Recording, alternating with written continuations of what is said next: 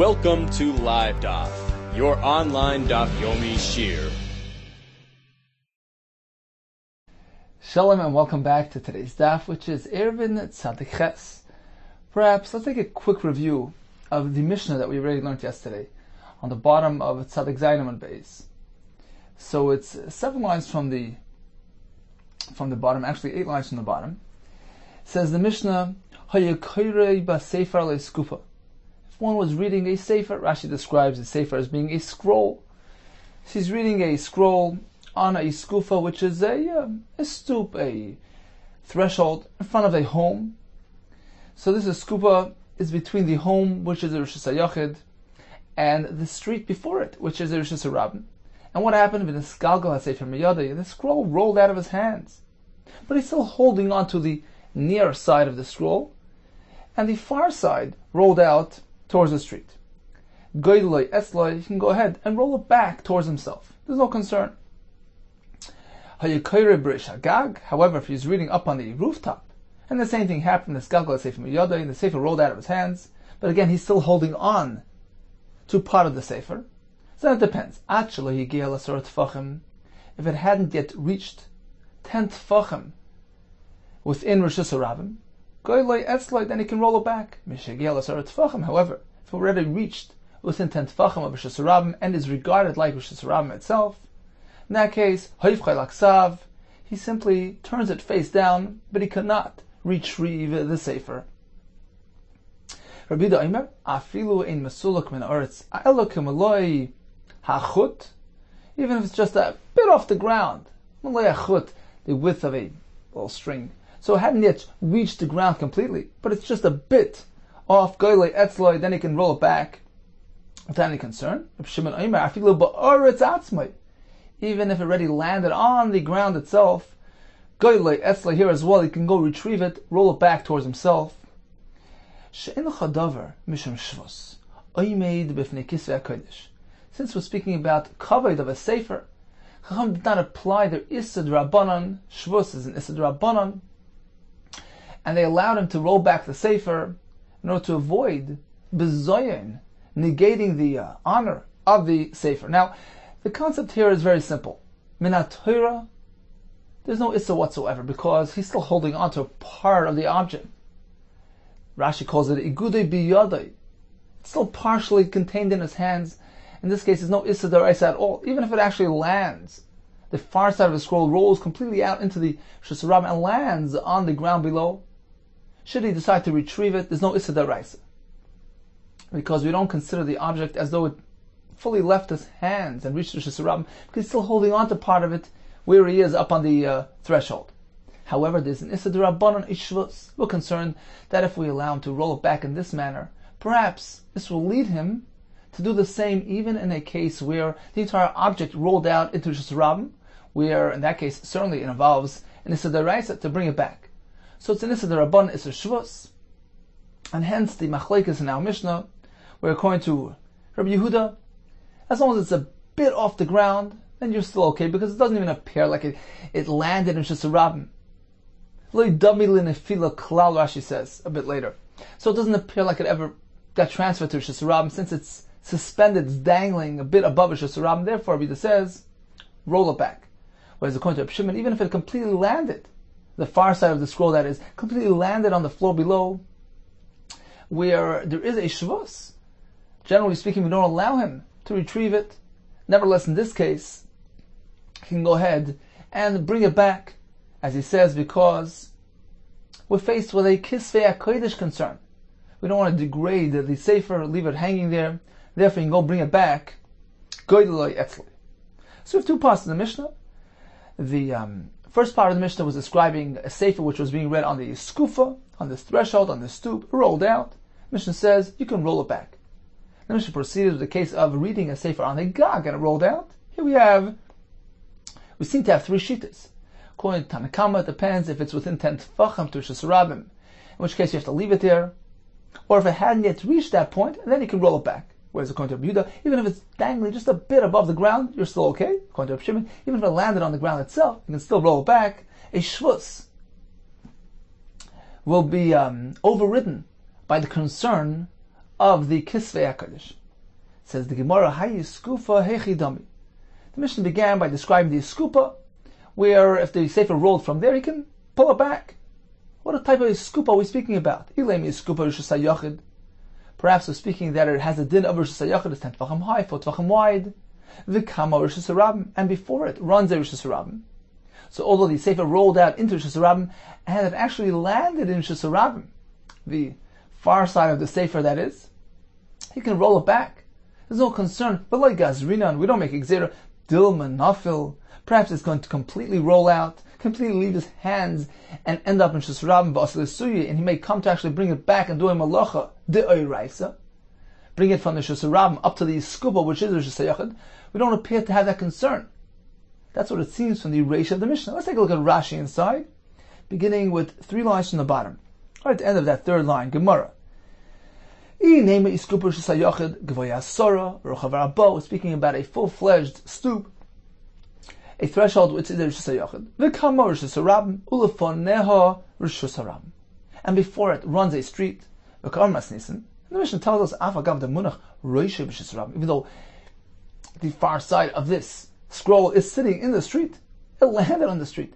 He can go roll it back to himself up on the skupa, which is the Rishus HaYachid. But like Gazrina, we're not concerned. Perhaps the entire thing will fall out of his hand. Everything will leave his hands. In this case, if he retrieves it, there's a chiv chatas because he's transferring from one Rishus, the street, to the skupa, which is the Rishus HaYachid. We don't seem to have that concern. Continues the Gemara up on Tzadik Chesam Aleph. Mani, apparently, the Mishnah here is reflecting whose shita. Whose shita is this? That says that even though there's a concern of perhaps leading to a melacha d'oraisa, so the Chacham should apply an Isser, meaning a Shvus. We're not concerned because we're faced with a concern of coverage for the Sefer. Mani Reb Shimoni. Apparently this is Reb Shimon, the Amar Kol Davar Shum Mishum Shvus. Einay Oimed B'fnei Kisvei HaKodesh. Reb Shimon tells us later in the Mishnah that when we're faced with a concern of coverage of a Sefer, we don't reckon with the Shvus. So apparently the Reisha, which doesn't either seem to be too concerned with a Isser Shvus, in face of the Kisvei HaKodesh, is Reb Shimon's Shita. Let's see Rashi inside. Up on the top of the Amud. Mani Masnisin V'loi Gaza. Who is this Mishnah who doesn't apply Xer? Apparently it's Reb Shimoni. The Amar Loi Gaza Shvus B'Kisvei HaKodesh. Apparently it's Reb Shimon. Why? It can't be Rabbi Yehuda. The Rabbi Yehuda Ha'amar Ima Mesulach Min Oretz Malay Achut Deloi Nach. Rabbi Yehuda maintains, if it's a bit off the ground, it hadn't yet landed, then then you can roll it back. The lekala migzav midig. In that case, there's no room for gzera. The loy damalin fil klal doesn't appear like it fell at all because it's still dangling there. Aval hunach kodu also. However, if it landed even just a bit, if it actually came to rest in Rishus HaRabim, then you can't roll it back. The gazrinan iguda b'yadai. We're concerned. We make gzera even when he's still holding on to part of the scroll. Iguda b'yadai. It's partially contained in his hands. We don't allow rolling back, even in that case. For it might lead him to do the same when it entirely leaves his hands. In that case, it would be considered a malacha. So Bida maintains, the only time you can roll it back is if it's still dangling, in which case it doesn't appear like it ever landed in Rishus HaRabim. But if it landed, then you can't roll it back, even if he's still holding on to part of it. So apparently the Reish of the Mishnah, which allows retrieving this scroll, even if the far side actually landed on the street below, apparently it's following Shittas Reb Shimon, who says there's no shvus when it comes to a sefer. Okay, continues the Gemara on the second line. Eima sefer. If so, let's proceed to the next part of the Mishnah. So the Mishnah tells us that if he's reading a sefer on the gag and rolled out, then it depends. Rabbi Yehuda Imer, afilu ein mesulak min haaretz elam le'achut, goy le'yatzlei. So if it's still a bit suspended, just a string widths of airspace between the scroll and the street, then it doesn't appear like it landed, as Rashi explained. There's no reason to make a shvus here. We allow him to roll back the scroll. Even if it actually landed, it reached the ground itself, you can scroll it back. So it's the last line of the Mishnah, which is Reb Shimon's Shita. Reisha v'sefer Reb Shimon. So we're going to say that the first line of the Mishnah and the last line of the Mishnah are following Reb Shimon's Shita, U'Mitziyasa Rabbi Yehuda, and the middle portion is Rabbi Yehuda. It doesn't seem that that's the correct approach. Meaning, since the last part of the Mishnah is Reb Shimon's Shita, it appears that the initial part of the Mishnah is not following Reb Shimon's Shita. So our approach seems to be problematic. Rabbi Yehuda, he says, yes, go ahead and learn in this manner. Reisha b'Sefer Reb Shimon. The initial part of the Mishnah and the conclusion of the Mishnah are Reb Shimon's Shita, Mitzias Rabbi Yehuda. The middle portion is Rabbi Yehuda, meaning that the Mishnah begins with a statement, with a halacha allowing us to retrieve a sefer that rolled out of the eskupa, but then proceeds to say, listen, it's not entirely agreed upon by all. This happens to be a machlekes. And as the Mishnah elaborates, it actually depends on the Shittas, Rabbi Yehuda and Reb Shimon. So this is Rabbi Yehuda's approach to our Mishnah, that the ratio of the Mishnah, which allows one to retrieve a sefer, which seems to have totally landed, at least far side of the sefer landed in Rishus Rabbim, he can retrieve it back to the eskuba, which is a Rishus Hayachad. Then we're not concerned that perhaps next time it's going to totally leave his hands. He'll come to do it. It's a deraisa by bringing it back from Rishus Rabbim. We're not concerned. Apparently, this is Shittas Reb Shimon, who holds that a shvus will not be applied in the face of a kisvei HaKodesh.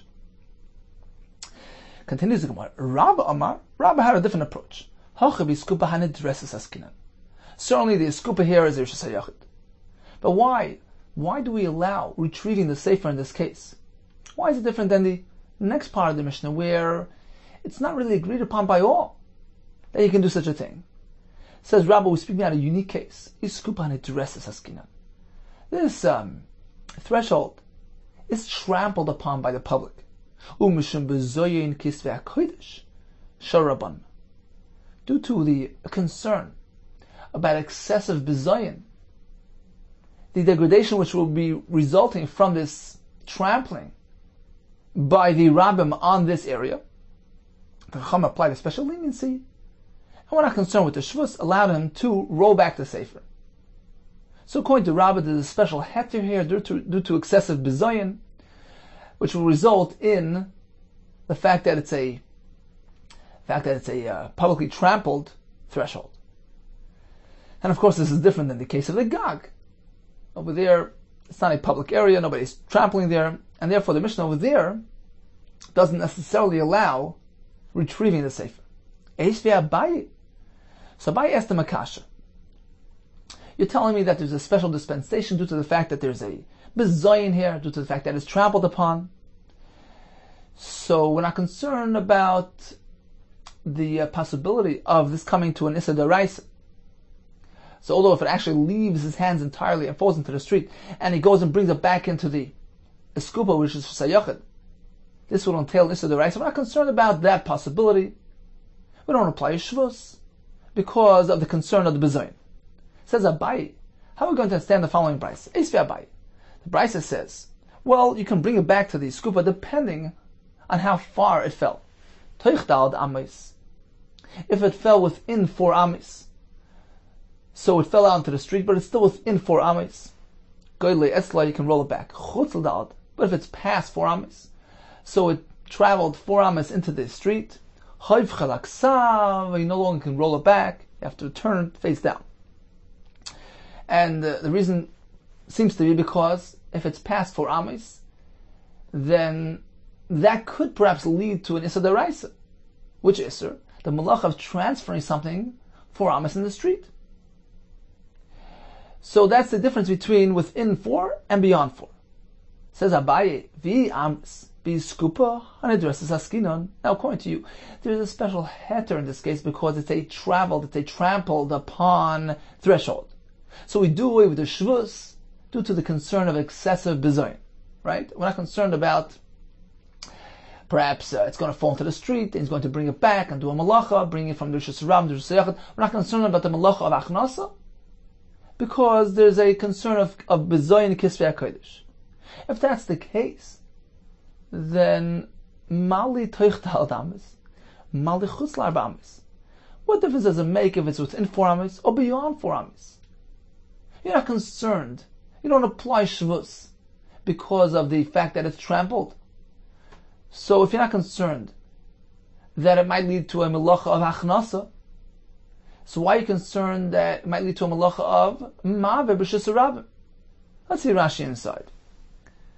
So it's about 2-3 lines up from where we're holding in the Gemara. Rashi begins with Mali chutz la'arba. This is Abaye's kasha. What difference does it make if it's within 4 or beyond 4? Hakula shvusi da'igda biyadei. The context here is merely shvus d'Rabbanan, because he's still holding on to it. So at most, we're doing an issa d'Rabbanan. If that's the case, umali maver dal dames b'shus harabim, mali machris b'shus harabim li'skuba b'shus hayachid. What difference does it make if the concern is that it might lead him to transfer 4 amis in b'shus harabim, or bring in from b'shus harabim to b'shus hayachid? They're both malachis, and you're still allowing them. You're allowing it to be done. Look, you're allowing this fellow to bring the scroll back from b'shus harabim because of the bezayin, and because it only involves an issa d'Rabbanan, because he's still holding on to it, right? If that's the case, just as you allow him to bring in from b'shus harabim to the skupa, once again, because he's still holding on to it, it's only issa d'Rabbanan. And we're not concerned that this might lead him to actually bring it in once it entirely leaves his hands, which is an issa v'achnas. So we're not concerned about that, because the special heter due to the bezayin. If that's the case, apply that heter to this concern as well, to the maver dal adam b'shus harabim as well. Hachanami islam lemishri. We should allow lahaver dal adam b'shus harabim. You should allow this situation as well. Meaning, just as you're not concerned in the case of hachnasa, you say, well, since I'm holding on to it, it's okay. Well, perhaps this might entirely leave his hands and end up b'shus harabim, and he'll end up doing hachnasa, which is this is the right. So we're not concerned about that. And the reason is because there's a bezayin here. We drop that concern. Says Abaye, so why reckon with this concern? Why does the Brisa tell us, well, if it's 4 amis in the street, don't touch, don't roll it back? Why? Because this may lead a person to do a malacha. How? Although currently there's no malacha because he's holding on to it. So regardless of how far it is, by pulling it back, he's not doing a malacha. But next time, it might leave his hands entirely, might end up in the street. He might end up transferring it 4 amis, which is a malacha. Well, you just told me you have no concerns. We drop these concerns. These malacha concerns when it involves a bezoin of kisvei HaKodesh. So how do we understand the Brisa? Says the Gemara, back to the Gemara, Elam Abaye, apparently we're not speaking about this unique case of a trampled upon iskupa into the special heter. We drop our concerns. No. Elam Abaye hakabi iskupa karmelis askina. We were never talking about a threshold which is a rishus hayachid, which can even get involved with entailing an issa d'oraisa. We're speaking about a karmelis. It's less than 10 tefachim in height. At most, even if it entirely leaves his hands, it ends up in the street, and he brings it back, there's no more than issa d'Rabbanan. So that's the pshat in the Mishnah going to Abaye. You have a street running right in front of it. So, regarding bringing it back in, if it falls out entirely, there's no concern, because at most it's issa d'Rabbanan. And that's why the Mishnah tells us you can go ahead and roll it back. In the case where he's still holding on to part of it, because what's the worst thing that can happen? It's going to slip out of his hands completely and end up in the street. So what's the worst thing that can happen? He'll bring it from the street to the skupa, which is a karmelis. It only entails this is Rabbanan. So we're not concerned about that. And now we understand the Brisa as well. Toich da'al amis. If it's still within 4 amis, what's the worst thing that can happen? If it entirely slips out of his hand and he goes and brings it back, it won't lead to a chiyuv chatas because he only transferred it less than 4 amis in the street, which is not a malacha. Show the Rabbanan. So in this case, the Rabbanan allowed it. However, chutz la'arba amos, if it rolled past 4 amis, in that case, should he go ahead and bring it back?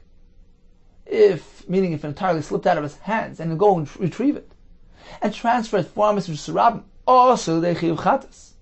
It can bring him to a chatas. In that case, l'shal Rabban didn't allow it. So according to Abaye, the reason why in the Reisha you can roll it back is because the skupa is a karmelis.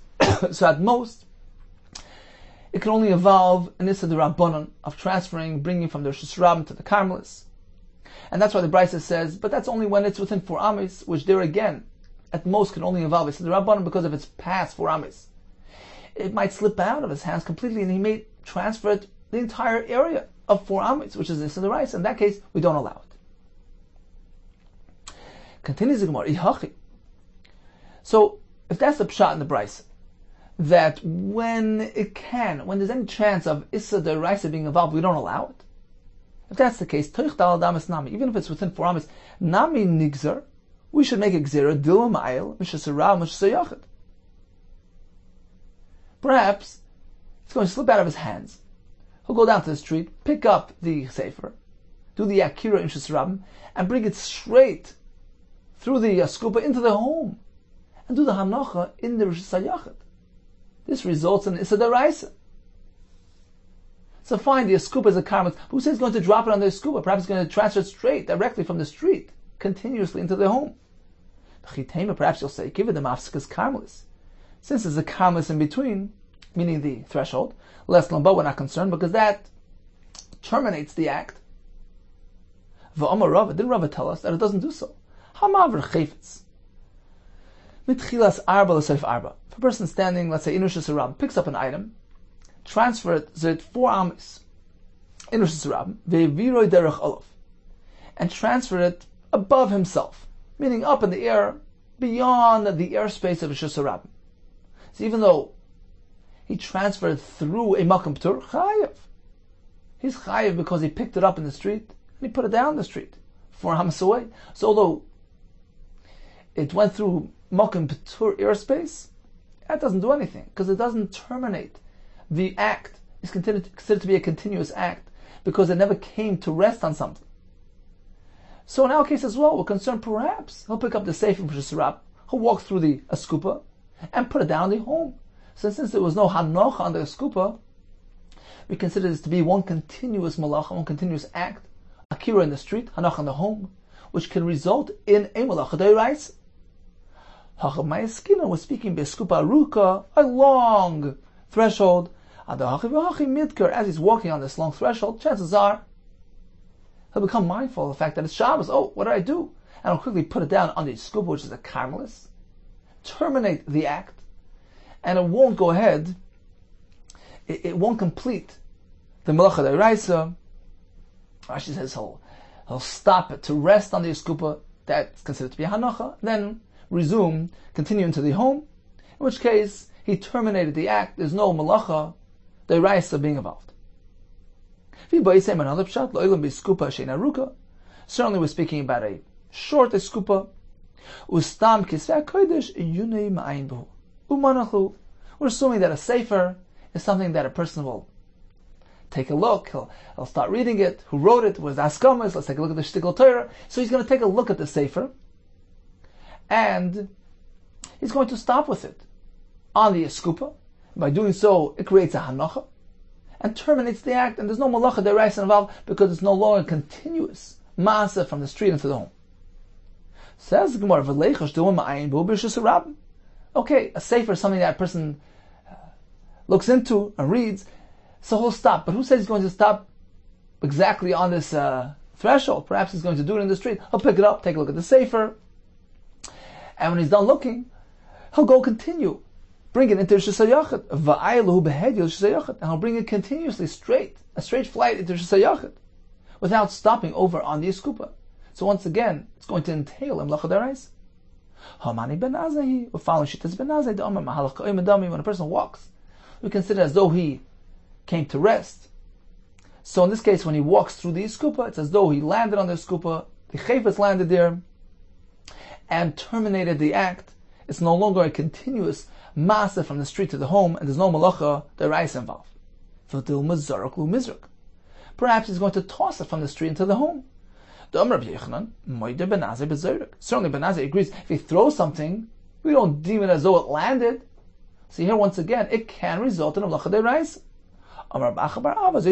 Apparently, what is that meant to throw? Svar. So there's no concern at all that will happen. So since he's going to pick it up and walk through the skupa holding the sefer, according to Ben Nazai, we consider that to be a hanocha, as though it landed on the skupa, in which case it terminated the act, and it won't result in a halacha d'oraisa, because he picked it up in the street, and he landed it on the skupa, which is a carmelis, picked it up from the skupa, and deposited it in the home. Here again, there's no malacha d'oraisa involved, and therefore, says Abaye, there's no concern about rolling back the sefer, which rolled away from the skupa. Because at worst case scenario, that it slips completely into Shesarabim, and he decides to bring it back in, a melacha d'oraisa will not result. So in conclusion, the Mishnah told us that if a person is reading a sefer on his skupa and it rolls away from him, he can go ahead and roll it back to himself, which indicates that even if it landed in Shesarabim, meaning the far side landed, came to rest on Shesarabim territory, he can roll it back. Why? Why is that? So you have three approaches to understand the Mishnah. Either we're speaking about a stoop, which indeed is a Rosh Hashanah, positioned before a street, which is a Rosh Hashanah. Why do we allow him to roll it back? So according to Rabbi Yehuda, we're following Shittas Reb Shimon, it doesn't apply Shvus in the case of Kisvei HaKodesh. According to Rabbah, this skupa is a trampled upon area. We're concerned about excessive bizoyin resulting for the sefer, and therefore Rabbah says we allow him to roll it back in any case. Abaye's approaches, the skupa is a carmelis, and therefore the Mishnah is not concerned about any isurim taking place. At worst case scenario, it falls out to the street, and he brings it back. There's no issa d'oraisa taking place in any case. And therefore, says Abaye, this is different than the rooftop described in the latter part of the Mishnah, which is the Rosh Hashanah, which can result in issa d'oraisa. Here, the most that can happen is issa d'rabbanan. Therefore, in a case of a sefer, we're not concerned. And of course, that's how we understand the Brisa as well, that only if it's within 4 ames, but if it's beyond 4 ames, that can somehow evolve into issa d'oraisa, and we don't allow it. Continues the Gemara. So now we're going to proceed to the second part of the Mishnah. If he's reading a sefer on a rooftop, which is Rosh Hashanah, the Mishnah tells us if it rolls out and it reaches within 10 tefachim of the street, you have to go ahead and turn it face down. Umi shari, is that allowed? Can you take a sefer and turn it face down? Vatanya. Koisri Sfarim, Tefillin Mezuzahs, those that are engaged in writing Sefer Torah, Tefillin Mezuzahs, Leitir lehen lahafach yiriyah panel. When they take a break, they can't take the scroll, they can't take the parchment and turn it face down to protect it from dust. Ela poiris aleas habeged. Rather, you must take a beged and spread it over the writing. So how do we allow turning the sefer face down? Hasam efshar. Over there, we're speaking that he has access to a beged. Hachalei efshar. Here he doesn't. So, although preferably you should spread a sheet over it, but if he has no access to a beged, at least this much, turn it face down. Because if he doesn't turn it face down, it will be an excessive amount, a greater bezayin, due to the accumulation of dust. So in this case, certainly the second best method is turn it upside down. Now, Rashi says he doesn't have access to a beged. The Rashba actually learns that even if he has a beged to cover, but he can't roll the beged out towards the street, not allowed to do that. Therefore, it's considered to be lo yefshar. He has no alternative. Rather, go ahead, take the sefer, and turn it face down. The Mishnah tells us he turns it face down. Why? Because it rolled down too far. It reached within 10 tefachim to the ground. And if that's the case, the part that's near Rosh Hashanah is considered to have landed in Rosh Hashanah. So although he's still holding on to part of it, as we mentioned, midrabanan, we consider it to have landed in Rosh Hashanah, and we don't allow him to roll it back. It says, but never landed. Nothing landed. It's dangling mid-air. There's no Issa Shvus here. Amarava, because it's Mashupa. Apparently we're speaking that the wall is sloping outward. So on a roll towards Shesarabim, it landed on the surface of the wall. And if it's within 10 tefachim to Shesarabim, it's considered to have landed in Rosh Hashanah itself. Why is a wall Rosh Hashanah? So actually, Tosfos in Shabbos, Daf Gimel Beis tells us, was speaking that the public were accustomed to using it. They lean on it, they put their packages on it, and therefore, within 10 tefachim to Shesarabim, the surface of that wall has a din of Shesarabim, and that explains our Mishnah as well. Amalei Abaye, but Mayu Kimta, the Masnisin. How have you established our Mishnah? Because of Mashubah, a slanty wall. Ema Seifa, okay, let's proceed to the next line of the Mishnah. Rabbi Yehuda Omer, Afilu Eina Mesuluk Min Haaretz, Ela Malay Achut, Goy Lo Yetzlei. Rabbi Yehuda holds that even if it's very close to the surface of Rishus Rabban, but it's just a bit lifted off the ground, Malay Achut, you can go and roll it back. If we're speaking about a sloped wall, so it landed on that wall, it is a Rishus Rabban. How could we allow rolling it back? As long as it's a bit off the ground, but it's sitting in Rishus Rabban. What's the difference if it's sitting on the ground below, or it's sitting on the wall, which has a din of Rishus Rabban? We meant to revise the Mishnah as though it's missing some words, and this is how we're meant to learn it. So Tanakama begins by saying, if it rolls within 10 tefachim of the street, then you cannot roll it back. When is this said? When does this apply? Because by a slanty wall. But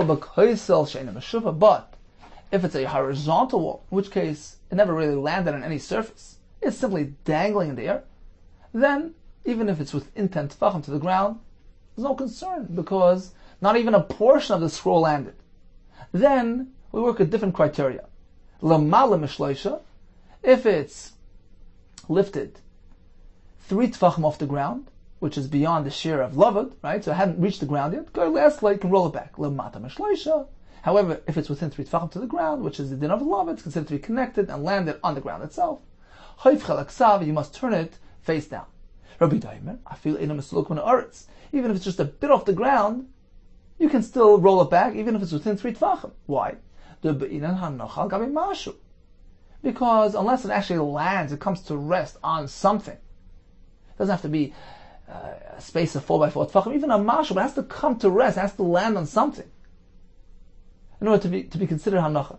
So Rabbi Yehuda's chiddush is, even if it's within 3 tefachim to the ground, but it hadn't yet landed on solid surface, we don't deem it as a hanacha. It's dangling mid-air, you can roll it back. However, the Tanakama seems to hold that if it's within 3 to the ground, even if it's still dangling, that's considered a hanacha, and there's a shvus that's preventing him from rolling it back. Says the Gemara, if that's the case, if that's the case, then how do we understand the following statement of Rava? If you toss something within the airspace of Rishus Rabban, according to the Rabbanan, so Rashi explains, because according to Rabbi Akiva, anything within the airspace is considered as though it landed. According to Rabbanan, we don't apply that concept. And the chiddush is, even if it's within 3 tefach to the ground, very close to the ground, it needs to land on something. Otherwise, there's no hanacha. So this concept of lavud does not accomplish hanacha. That's Rava's statement. Shall we say that this statement of Rava is subject to dispute between these Tanoim? Sure, Rabbi Yehuda appears to be holding like Rava. That's why he holds if it's a bit off the ground, even if it's within 3 tefachim to the ground, but if it's still dangling a bit, hanacha didn't take place. But the Tanakama seems to hold that as long as it reaches within 3 to the ground, it's considered hanacha, which prevents him from rolling it back. So this concept of Rava, that hanacha is required in all circumstances, seems to be subject to machlokes Tanoim, which is a bit difficult to say that a statement of a Amira is subject to machlokes Tanoim. Says the Gemara, you're right. Elo kula Rabbi Yehuda. We're meant to relearn the Mishnah differently. There's no 3 shittas here. There's no Tanakama Rabbi Yehuda. The entire Mishnah here is Rabbi Yehuda. The Mishnah tells us that if you're sitting on the gag and it rolls out, it reaches within 10 tefachim to the Rishus Rabban, leave it there. The Mishnah needs to be revised as though it's missing some words, and this is how we're going to learn it. So if it's in 10 tefachim to the ground, leave it there. But when is that said? Because by a slopey wall, in which case it came to rest on that wall, it's intent to the Rishus Rabban, it's considered as though that end of the scroll is sitting in Rishus Rabban, you have to leave it there. There's a shvus. We're concerned perhaps next time the entire sefer will end up there and is going to bring it back in, which is a malacha, so you must leave it there. But if the wall is not sloped, it's a horizontal wall, in which case the scroll hadn't yet come to rest on anything, it's just dangling mid-air. In that case, there's no limitation of 10 tefachim. Even if it's below 10, if it's below 3 to the ground, you can still roll it back. Why? Because it never came to rest. There was no hanacha here. Rabbi Yehuda Omer, Afilu eina mesuluk min haaretz, ela malay achut, goy lo yetzlei. Because Rabbi Yehuda says that even if it's just a malay achot, just a teeny bit off the ground, you can go roll it back. My time? Why? Because unless it landed on just something, unless it came to rest on even a small surface, there was no hanacha taking place. And even if it would be completely out of his hands and dangling over there, not having come to rest, there's no Issa D'Oraisa involved. So this can never lead to Issa D'Oraisa. We don't view any hanacha as having taken place here. Therefore, there's no reason to prevent him from rolling it back. So according to the Maskon of the Gemara, there's no Tanakama of Yehuda. The entire first part of this Mishnah, up until Reb Shimon, is Shittas Rabbi Yehuda. The point is, was there hanacha? Leave it there. Was there no hanacha? Roll it back. But then we have Shittas Reb Shimon, of course, that holds that even if it actually landed in the street, the far end of the scroll that is, even if it landed on the ground below, which certainly is considered hanacha, according to Reb Shimon, you can still roll it back, because when it involves a concern of Kisvei HaKodesh, no shvus is applied. So in summary, according to Rabbi Yehuda, which is the entire Shita here, of course we follow Rava's opinion, Rava's statement, that within 3 Tvachim to Rishis Ram will not be considered hanacha unless it landed al gabe mashu. Okay, let's take a quick review of the Mishnah. Mishnah tells us the person is reading a sefer and rolls out of his hand. So he's still holding on to the near portion, but the far side rolled away from him. We have 2 parts of the Mishnah.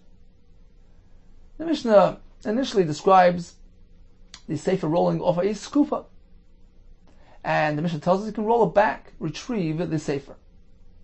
It indicates that even if it actually landed, the far side rolled out and landed in Rishis Rabbim, he's allowed to roll it back. Why?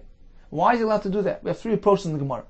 According to Rabbi Yehuda, we're following Shittas Reb Shimon, who says that shvus is not applied when it comes to Kisvei HaKodesh. Rabbi says we're speaking about a skupa nedresses, trampled upon threshold, which results in a greater degree of bizayin for the sefer. Not only is it lying out there, but it's going to be stepped upon. Therefore, Rabbi says, Chum didn't apply a shvus, they allow him to roll it back to the skupa. Now, according to both these approaches, Rabbi Yehuda and Rabba, this is skupa speaking about Rosh Hashanah in front of Rosh Hashanah. According to Abaye, the reason why a skupa is different is because it's a skupa carmelis. It's not 10 tefachim high. So at worst case scenario, if the sefer actually leaves his hands completely, ends up in the street, what could happen? At most, there's a Issa D'Rabbanan, transfer from Rosh Hashanah to a carmelis. And therefore, if it only involves Issa D'Rabbanan, at worst case, the Chacham didn't apply an Isser when it comes to the Kisvei HaKodesh. In the second part of the Mishnah described a person reading a sefer on his rooftop, which is certainly Rosh Hashanah. Here we have 2 shittas. Rabbi Yehuda says the concern is only if it actually landed. We have 2 different descriptions of landing. Either it's within 10 tefachim to the ground and it landed on a sloped wall, which has a din of Rosh Hashanah, or in the case of a perfectly straight wall, but the scroll landed actually on the ground itself. In this case, there was a partial hanacha, there's a shvus here, and you can no longer roll it back. According to Reb Shimon, even if it actually landed, you can go roll it back, because according to Reb Shimon, when it involves the concern of Kisvei HaKodesh, no shvus is applied. Continues the Mishnah, Ziz Shalifnei Chaloin, this ledge, which is positioned in front of a window, extending from the home over to the street. Nice and olav, when we place items from the home onto the ledge, v'noitim menu b'Shabbos, likewise you can retrieve objects from the ledge into the home on Shabbos. Says Gemara, Hayziz the mapik lehicha. Where is this ledge extending to? Ilay the mapik l'shasarabim. Shall we say that it's extending over into the street? How can you use this? Leichush, why are we concerned? Dilma nafel. Perhaps when he places an item on this ledge, it might trip down and fall into Shasarabim. And he may come to actually bring the chayvetz back from the street into the home and do a malach. Elo de mapik l'shus hayachid. Apparently, this ledge is extending over into Rosh Hashanah, in which case there's no concern. Pshita, then of course, why would I think that you can't use the ledge? Amar Abaye lo ilom de mapik l'shus harabim. Certainly, it's extending over into Rosh Hashanah. Umaynoisen olav diktani. What does the Mishnah mean when it says you can put something on it? Kela manish barim. We're speaking about fragile utensils made of pottery or glass, in which case, even on the chance that they fall into the street, they're going to splatter and shatter. And there'll be nothing to retrieve, and it will not result in an Isser D'Oraisa. Tani Nami Hachi, we learned likewise in the Braisa, Ziz Shilofnei Achaloin, this ledge positioned before the window, Hayoyt Lushus HaRab, which extends out into the street.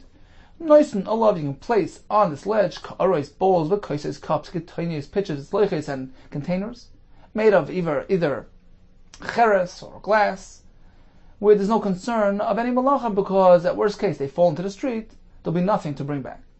The Braisa continues, one can go ahead and use this ledge wherever it's positioned, throughout the entire wall, up high, down below, ad asara tachtonim. But you can only use it if it's up until 10 tefachim of the street. So it must be beyond the 10 tefach mark of the street, in which case it is not regarded as Rish Sayachet, as Rish Sarabim. So wherever these ledges are, wide, narrow, up, high, low, it doesn't matter, as long as it's not within 10 tefachim to the street. If we have a case that we have a double ledge, one below and one above it, you can use the lower ledge. However, regarding use of the upper ledge, that we're limited. You can only use the part of the ledge which is right in front of his window. Seems to be a bit cryptic. Says the Gemara, this ziz here, what are we speaking? What type of size ledge are we discussing? Either less be arba. If it doesn't have the proper dimension of 4x4 tefachim, mokim pturu, it's considered to be an exempt area, and in this case you can't even use it at all. You shouldn't be able to use even the portion which is right near his window. Why? What's wrong with using a small size area? Explains Rashi that although generally speaking, a mokim ptur has free use. We don't reckon with it. A small size area, anybody can use it. We actually learned that if it's a small area near Rish Hashanah and Rish Hashanah, they both can use it. However, says Rashi, that's only occasional use, sporadic use, but constant, permanent use we don't allow, because since it's such a small sized area, it's not a conveniently used area, and perhaps the kli would just slip right off it, since it's not large enough in size to really contain things. So chances are it's going to slip into Sarabim. And what happens then? So although we're speaking about pottery and glass which will shatter, Rashi says, but it still appears like he's throwing things into Sarabim. Because if it's something which is going to use on a constant basis, chances are that it's going to end up sooner or later slipping into Sarabim, and it appears like he's just tossing things into the street. So this is the Rabbanan, and the Gemara is assuming, taking this for granted, it would be us. So if that's the case, we're speaking about a small sized ledge, you shouldn't be able to use it at all. And if this ledge is properly sized, 4x4 tefachim, why can't he use the ledge running across the entire wall? Why are we limiting him? Why are we restricting him to the portion of the ledge which is right in front of the window? Amar Abaye, this is the case. Remember the Braisa spoke about a double edge. So the lower one is properly sized, 4x4 tefachim, which allows for use. The Elyon, however, less be'arba. The top one doesn't have 4x4 on its own. However, the space of the actual window completes the ledge, completes the surface area to 4x4. So that explains the Braisa. So right in front of that window, he can use because the chayre chaylanu. We view it as a whole of the window, meaning it's an extension of the window. So since if you apply the window with the ledge together, you have a total space of 4x4, it's a properly sized area which allows use. So only that portion can be used. However, the haigisa, the ledge on either side of the window, also cannot be used because they're too small in size. As we just explained, you need to have a properly sized area in order to allow its use. So that's why the Braisa discusses two separate ledges to teach us all these halachas. The lower ledge is properly sized and can be used without any hesitation. However, the upper ledge, which is narrow in size, is off limits, except for the portion right in front of that window. Because if you combine the space of the window with the ledge, you arrive at a total of 4x4, which is a suitably sized area, which allows its use. Now, Tosfos points out the reason why the Braisa discussed a lower ledge as well, to teach us an additional chiddush, although it's kind of hard to access it, because it's beyond the upper ledge. You have to get there in a roundabout way. So the chiddush is, even though it's loinichat hashmishta, it's not a conveniently accessed area, it still has a din of a rishus hayachid, and you can use it. Perhaps the point is that we're not concerned that things are going to slip out into the street. In this case, more than an ordinary ledge. So the chiddush here is that you can use the lower ledge freely. Regarding the upper ledge, we have the additional halacha, additional chiddush, that since it's small in size, you can't use it except for the area right near the window, which results in a properly sized surface. So in summary, Mishnah tells us, we have this ledge extending from the home over into the street. You can use it, even if it's extending into Rishus Harabim. We're speaking about kelim hanishparim, fragile kelim, and it needs to be a surface area of 4x4 tefachim. Continues the Mishnah. A person may stand in Rishus Hayachid and lean over and move things around the street, as long as he doesn't bring it back to Rishus Hayachid. Likewise, Rishus Harabim, he could stand in the street or metal to Rishus Hayachid and move things around in the Rishus Hayachid, provided that he doesn't transfer out of 4 amas, meaning if he's standing in Rishus Hayachid and he's reaching over into Rishus Harabim and he's handling something, he has to make sure not to transfer that item at a distance of 4 amas from where it was originally positioned, which would involve a melacha of havara b'Rishus Harabim. So he can handle things provided that he stays within these guidelines. Lo yamad adam Rishus Hayachid v'yashtem Rishus Harabim. A person should not stand in Rishus Hayachid and pass water in Rishus Harabim because he's doing a haitzah. He's being mitzi the miraglayim from Rishus to the other. Likewise in the reverse, Rishus Harabim, he shouldn't stand in the street. V'yashtem Rishus Hayachid and pass water into Rishus Hayachid. V'chein lo yorek. Likewise, he shouldn't spit from one Rishus to the other. Rabbi Yehuda, he says a chiddush. Af misha nitlash rika b'fiv. Even if a person is standing in the street and his roik, his saliva, his phlegm, got detached from his mouth, meaning it's rolled up and it's about to spit out. Lo yahalech arba ames at sheyorik. He shouldn't walk 4 ames until he actually relieves himself of that phlegm, because once it was nitlash, Rashi says it was this agel, it got rolled up and it's available to be released, then it's no longer considered to be part of his body, and the Rebbe maintains it's considered like a load. He shouldn't walk 4 ames with that phlegm in his mouth. Continues the Gemara. Masni le Rav Chinna bar Shlamya. Rav Chinna bar Shlamya taught L'chia bar Rav, to Chia the son of Rav, Kamei the Rav, in the presence of Rav. So he taught him the halacha of our Mishnah, but he revised it a bit. Instead of saying you can stand in one rishus and be metal from the other, he dictated to him a bit differently. Lo yamid adam rishus hayachid u v'yataltel u b'metaltel b'rishus harabim. He shouldn't stand in one rishus and handle in the other. Amar lei, so Rav, who was listening in, said, 1 second, what's going on? Shafkas Rabbanan, have you abandoned the Rabbanan who allow this? And you assume the sheet of Rab Meir. Rashi brings a Mishnah that Kuf Aleph, who Rab Meir does not allow standing in one rishus and handling an object in the other, concerned perhaps he's going to bring it back into his rishus. So you following Rab Meir? You abandoning the Rabbanan who allow? Says the Gemara, who's Sabar? Rav Chinna figured mid the Sefer Rab Meir, since the Sefer, meaning the Mishnah later on of Kuf Aleph, is following Shittas Rab Meir, who's concerned, doesn't allow this cross rishus transfer handling. So since that Mishnah is Rab Meir, Reisha Nami Rab Meir, apparently the Reisha as well, meaning our Mishnah is following Shittas Rab Meir. We went to revise the Gersa. We're not allowed to stand in one rishus and handle something in the other one, and that's why he taught his student this Gersa. It says the Gemara, no, Veloy, actually it's not so. Sefer Rab Meir, true, the Sefer is Rab Meir, who doesn't allow this type of transferring. V'Reish Rabbanan, however, the Reisha, meaning our Mishnah is following Shittas Rabbanan, who are not concerned. In a case where he stands in one rishus and handles something in the other, we're not concerned that he's going to bring it back into his rishus and do a malacha dereis. Okay, time for a brief review of today's daf. We began with the Mishnah, which had 2 parts to it. He was standing, reading the Sefer, and a portion of the Sefer rolled away from him.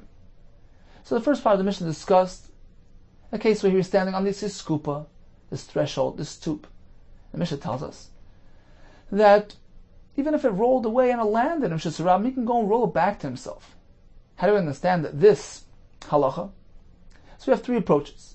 Either we're speaking about a threshold which is a Rishus Hayachid, and it is positioned before a street which is a Rishus Harabim.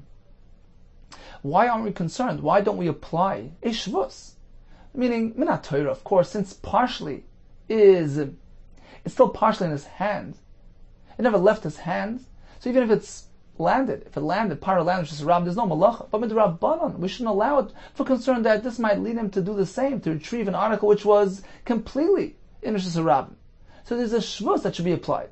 So why does the Mishnah allow rolling it back? So we have three approaches. According to Rabbi Yehuda and Rabbah, we're speaking about a scope of Rishus Hayachid.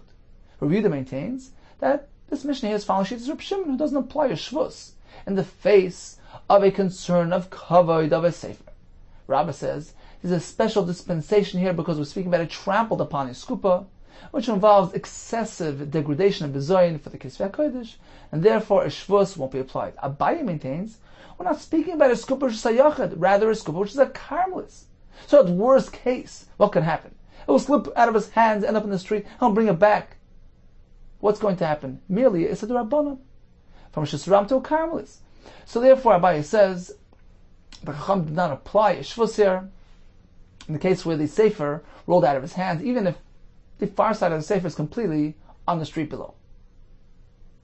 We have another loch in the Mishnah.